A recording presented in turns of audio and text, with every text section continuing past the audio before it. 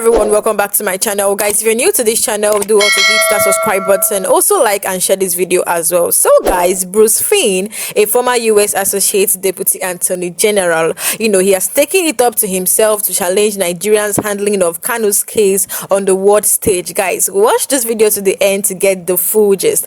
So guys, Nnamdi Kanu, you guys know that he rose to prominence as the outspoken leader of the indigenous people of Biafra, a group calling for independence of the Biafran people, guys, because of the marginalization of the Igbos. Kanu's mass mobilization won him followers but also earned him the label of terrorist by the Nigerian government. Guys, he was arrested multiple times. Kanu's legal battle reflects not just the struggle of an individual but the broader tension between national unity and the right to self-determination. His latest arrest was in June 2021. That arrest triggered international outrage because of how it was carried. Yes, Kanu was adopted in Kenya and forcibly returned to Nigeria, a move that both Kenya courts and international observers later described as unlawful. So guys, at this point, Fein, known in the US for his constitutional expertise and sharp legal mind, Fein became Kanu's international legal counsel. His mission was not merely to represent his clients in Nigerian courts, but to take the fight beyond Nigerians' borders. So this man has come out to talk, guys. He has spoken up and he has proved Kanu's innocence. Guys, let me just allow you guys to watch this video and I'll be right back. Hello, my name is Fein. I'm the International Counsel for Nnamdi Kanu, especially relating to his now 4 years plus arbitrary imprisonment without trial by the Nigerian government.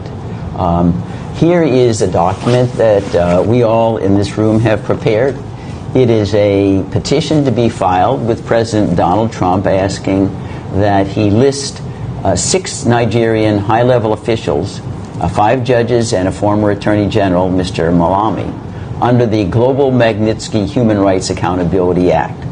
Now, to qualify for listing, you need to be systematically engaged in a violation of internationally recognized human rights. And all of these listed individuals have been engaged in persecution of Nnamdi Kanu for over 4 years, denying him a right to fair trial, denying him a right to freedom, denying him a right to speak with counsel, and most importantly, denying him a right to free speech, trying to punish him for peaceful advocacy of a time-honored justification for self-determination, most recently undertaken in South Sudan, for the Biafran people to decide whether they wish to chart their own destiny as opposed to remaining in the Nigerian orbit. Remember that the Biafrans never did join Nigeria. There was never any vote for Biafrans to say, we want to be collectivized, as the British ordained in 1914. You don't need to secede from a company that you never joined in the first instance. And that's what Nnamdi Kanu's campaign is about, indeed the higher campaign from Biafrans. So this particular provision of the Global Magnitsky Act empowers the president to freeze all the assets and to prohibit any travel to the United States of any person listed under the act, which means they would never travel to the United States. Many of them may have homes here and may have stocks here. All of those be frozen. They couldn't do any business here ever. Moreover, the Magnitsky Act also is stigmatizing. It brands you as someone worthy of others who are listed, who are notorious criminals, the president of North Korea, and others that are household words for violating human rights. So that's where we're doing. It's not a choice that we made initially.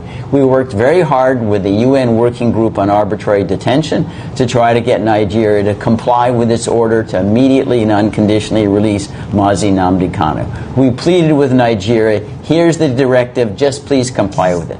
All we got was no, no, no. We'll ignore everything.